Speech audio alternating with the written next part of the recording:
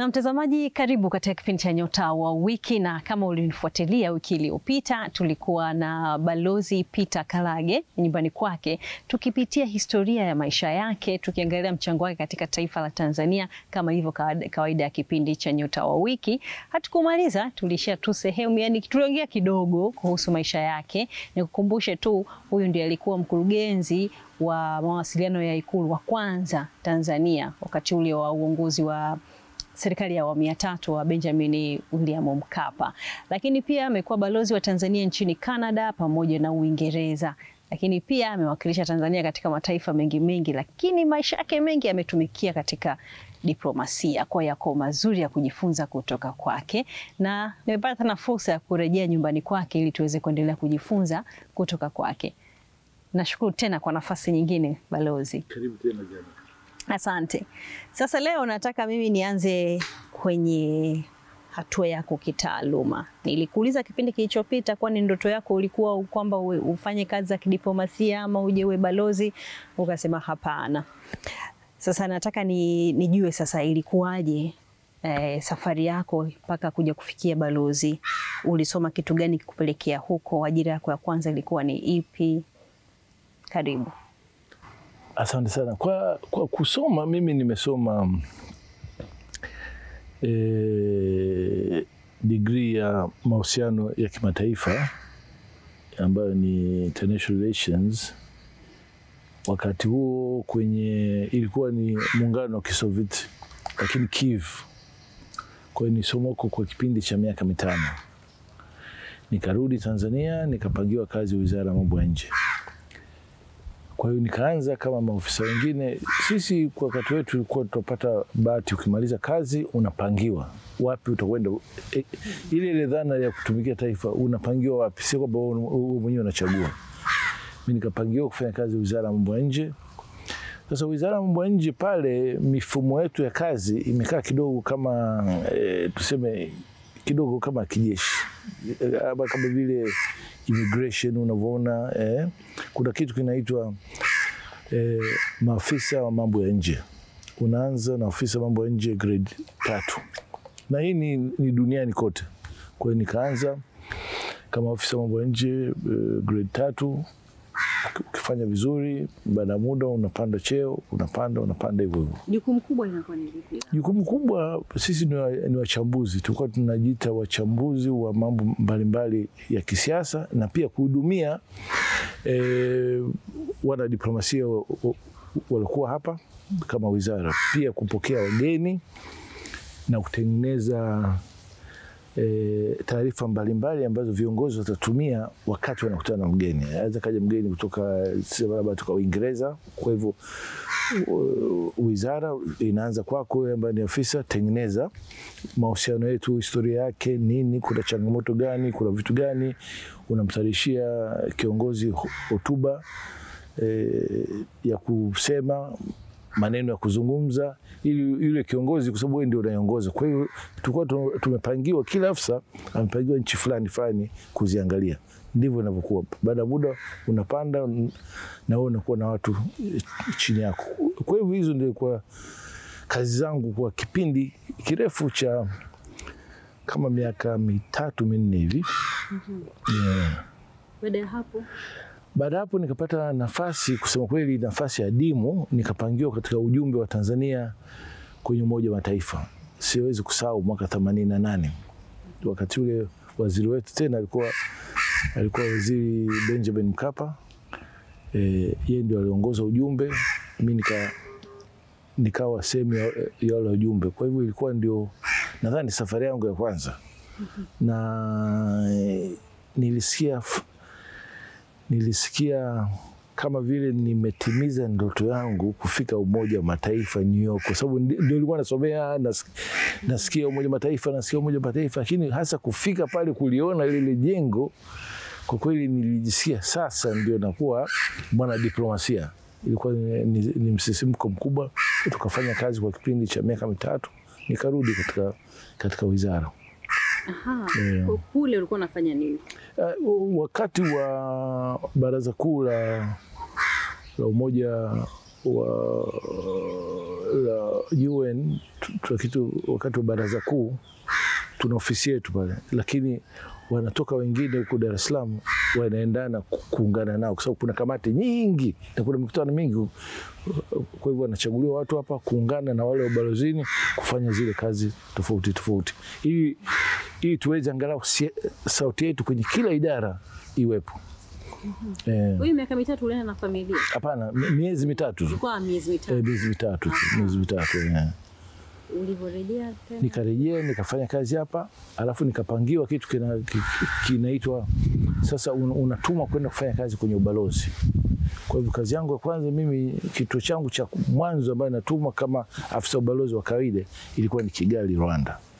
Nilikwenda kule mwaka 92 kama afisa kumsaidia balozi.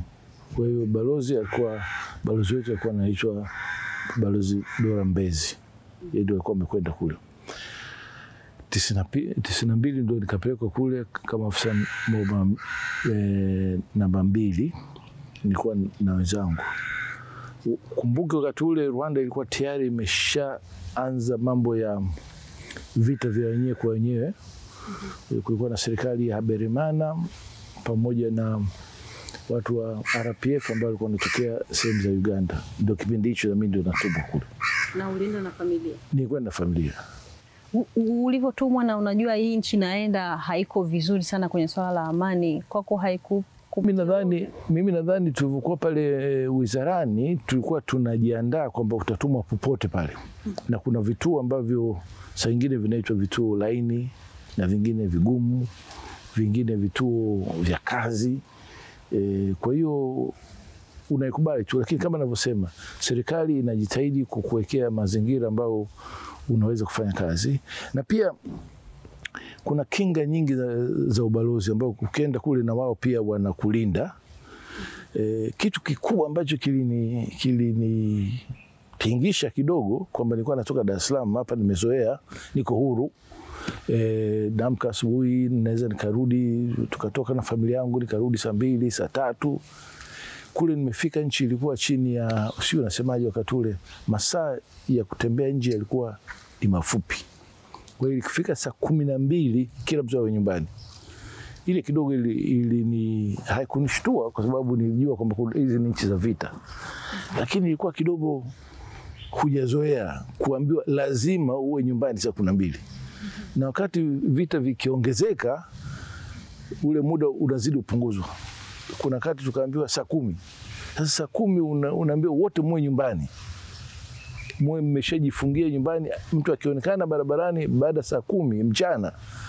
Sasa kidogo ikanifanya nikajiuliza, hivi nimekuja katika nchi gani? Lakini ubalozini tulikuwa tunapigiana simu, vipi mnaendeleaje, na maisha yanaendelea mpaka tukakaa kule. Ndo vita vya kimbari dhidi ya Watusi ndio ikatokea, na mimi nikarudi nyumbani. Ulirudi baada ya vita kuwa, ama wakati vita vimeanza ndio mkarejea? Wakati gani mlirejea? Ni hadithi kidogo ndefu sababu wakati wa vita sisi tulikuwa pale.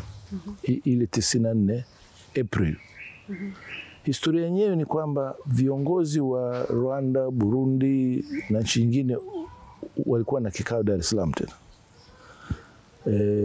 Wakati wanarudi, rais wa Rwanda alikuwa pamoja na rais wa Burundi kwenye ndege moja.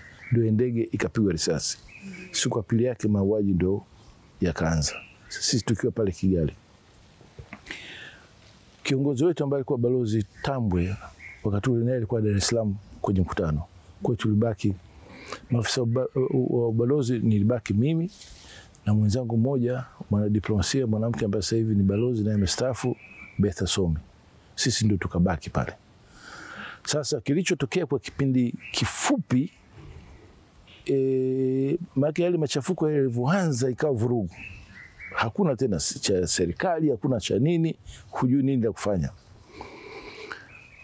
Ubalozi wa Amerika uliweza kuwasiliana na watu na kusema bana, sisi baada ya kama siku 5 tutaondoka na msafara hapa.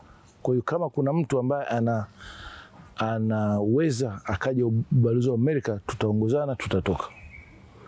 Sisi tulipewa amri kwamba nyinyi hebu msubiri kidogo, lakini familia ziingie kwenye huo msafara utoke.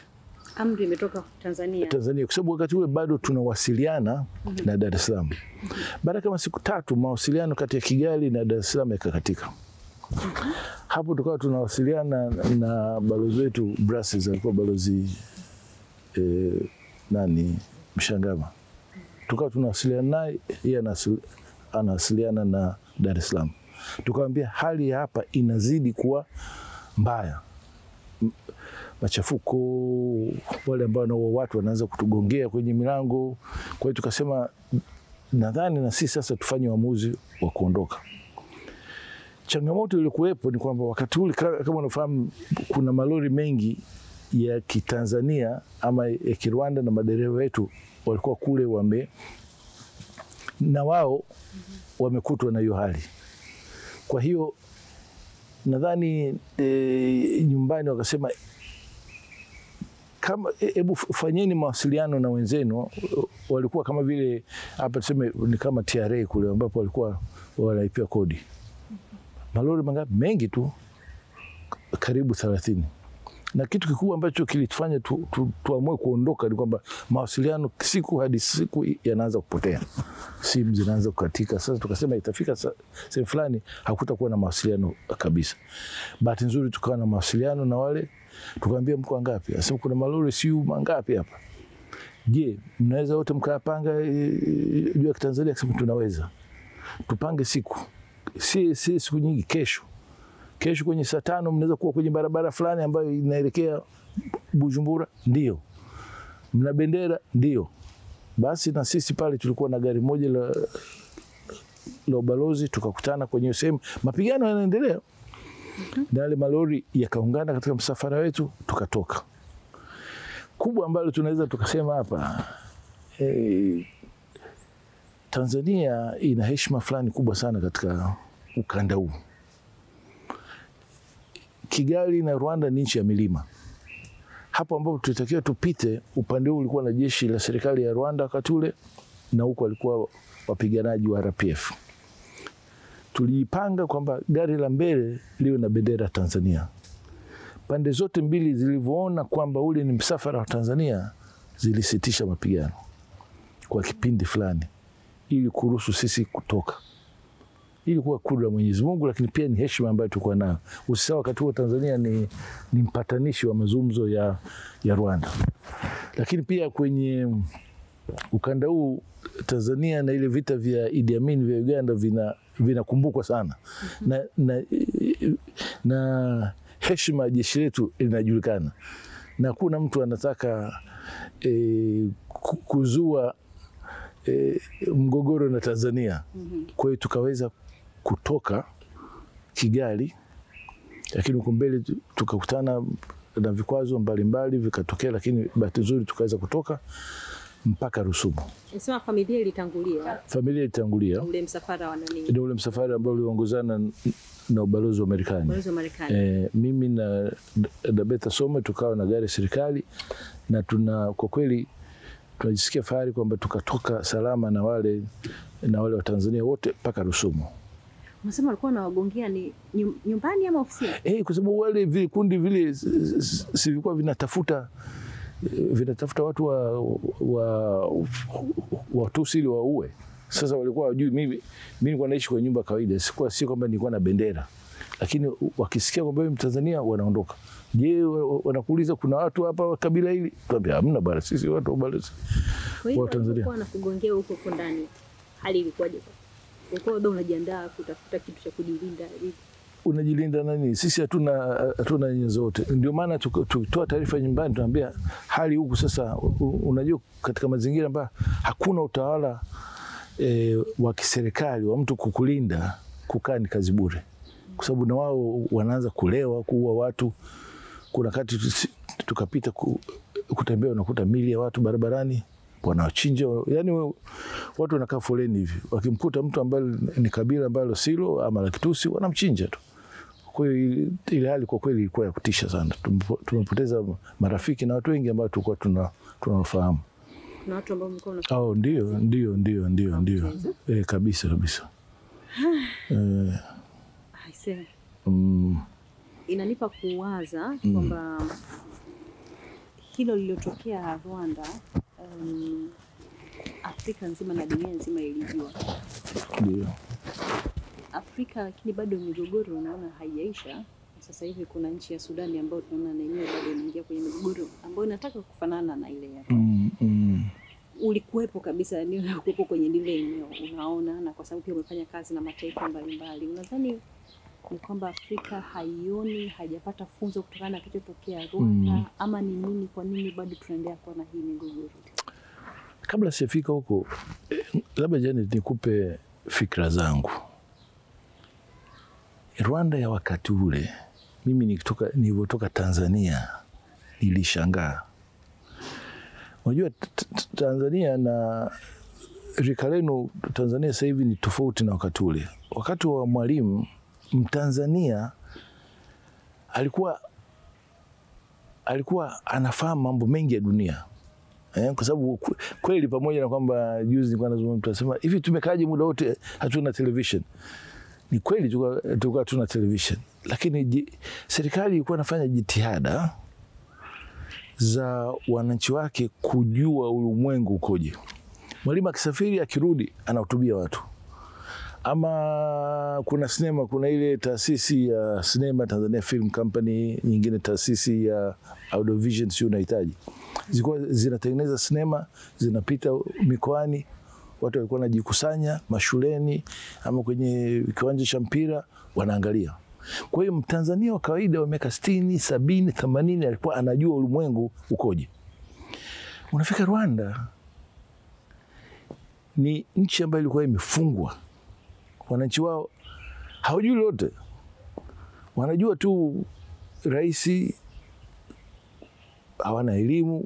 Kwa hiyo kuchoma kibiriti cha chuki ilikuwa ni rahisi sana.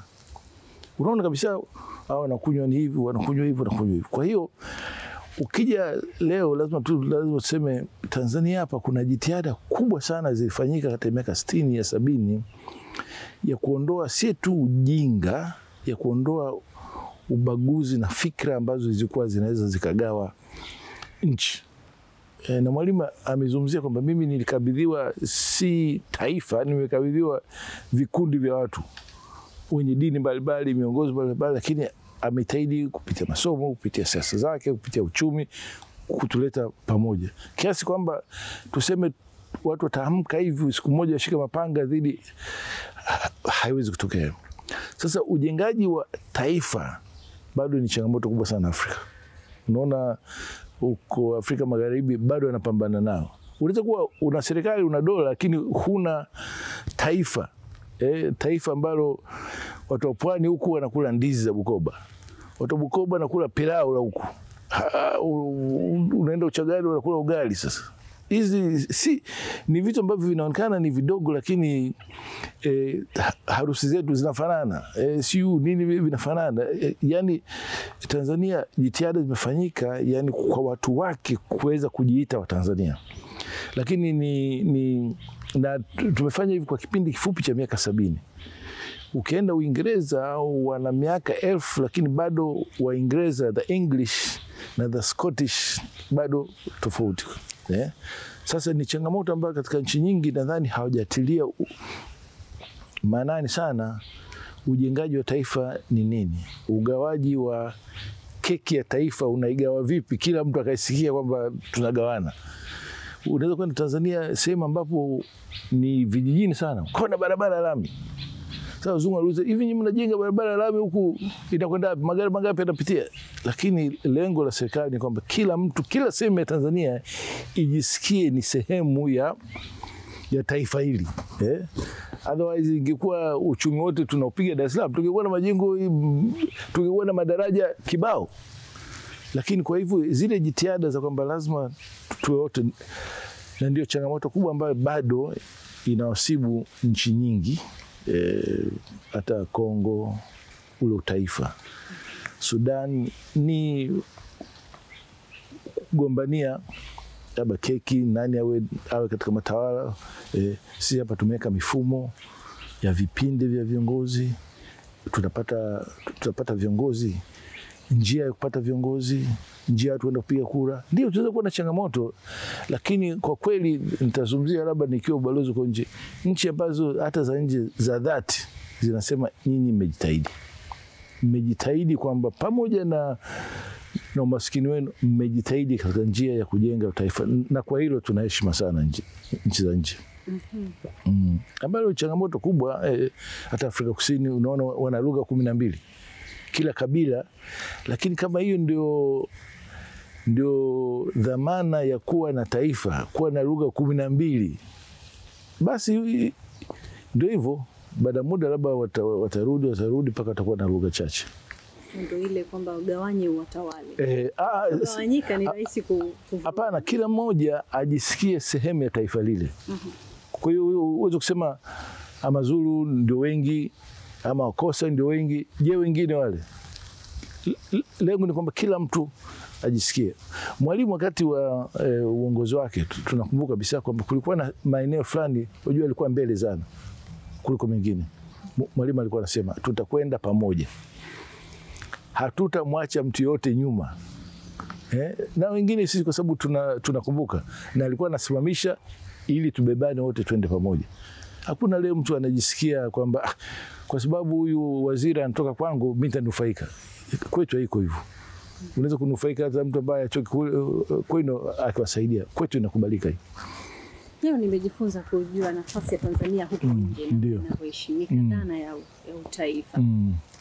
Turudi tena kwako. Turudi sasa kwako wewe kabla ya kuwa balozi. Baada ya kutoka Rwanda ukarejea Tanzania. Sasa makaribisho yalikuwaje hapa kwetu? Nimekaribishwa vizuri sababu narudi nyumbani. Pole nyingi. Ndio kabisa pole nyingi na umerudije, story imekaaje, kwani imekuaje, vitu kama hivyo. Ndio dhahiri nimeulizwa, lakini nikakaa na ukafanyika uamuzi kwamba balozi zetu kule tuzifunge. Kweli zikafungwa na sisi tukaambia turudi, tukazifunga kipindi kile tukazifunga baadaye, lakini walikuja kuzifungua tena wakati hali imetengemaa. Ukarejea kazi? Nikarejea kazini kwa sababu nilikuwa sijamaliza kipindi changu. Huwa tukitumwa nje huwa tunatumwa kwa vipindi vya miaka 4. Nilikuwa sijamaliza vipindi vyangu. Nikamwambia nimeenda kule 92 kama miaka 2. Kwa hiyo nikamwambia nenda kumalizia kipindi chako Zambia, Lusaka. Lakini hiyo 94 95 Rais Mkapa akaingia madarakani. Avoingia madarakani akaniletea salamu kwamba bana, ningependa wewe uje unisaidie katika ofisi yangu kama mmoja wa wasaidizi wangu wa mambo ya nje. Nikamwambia mimi nasubiri tu amri ukiniambia. Kwa hivyo sikukaa pale muda mrefu. Karibu miaka 2 nikarudi nikaingia Ikulu. Unazo kumbukumbu za kipekee za huko Zambia kufanya kazi Zambia? Unajua Zambia ni nchi ambayo tuko jirani sana na ni kama vile nchi dada. Tuna mambo mengi ya kimsingi. Viongozi wetu walikuwa, kwa hiyo tunarejea nyingi. Kaunda, Nyerere, Tazara, ukombozi. Kwa hiyo ni nchi ambayo historia zenu zinashabikiana. Si kama nilivyoenda Rwanda.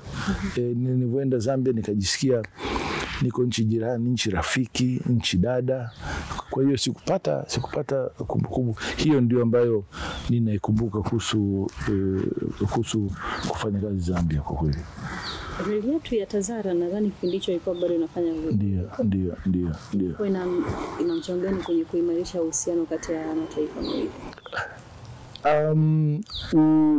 Umuhimu wake ulipungua baada ya nchi za Msumbiji kupata uhuru, nchi za Zimbabwe, lakini wakati wa miaka 60 kwa sababu zote zile zilikuwa chini ya wakoloni, Zambia haikuwa na njia nyingine.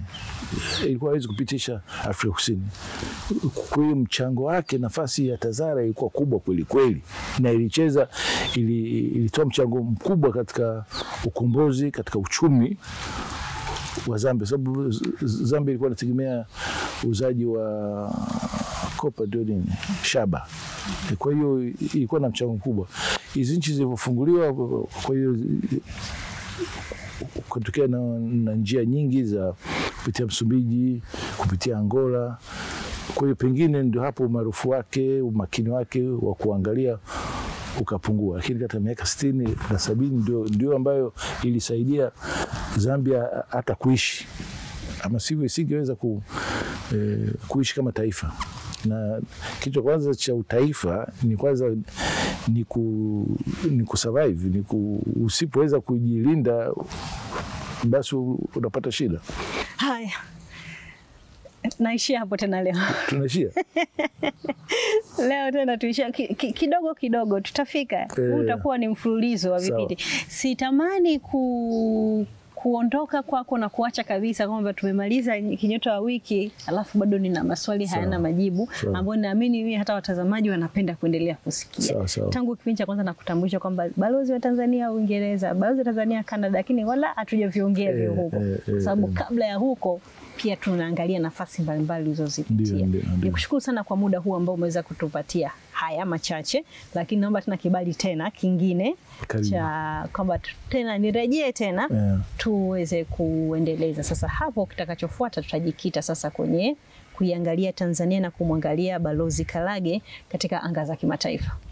Sawa, karibu sana. Nakushukuru sana. Asante. Mtazamaji wa Nyota wa Wiki, tunakamilisha hapa kwa leo na nikuombe tu ungana nami tena kwa kipindi ambacho kitafuata.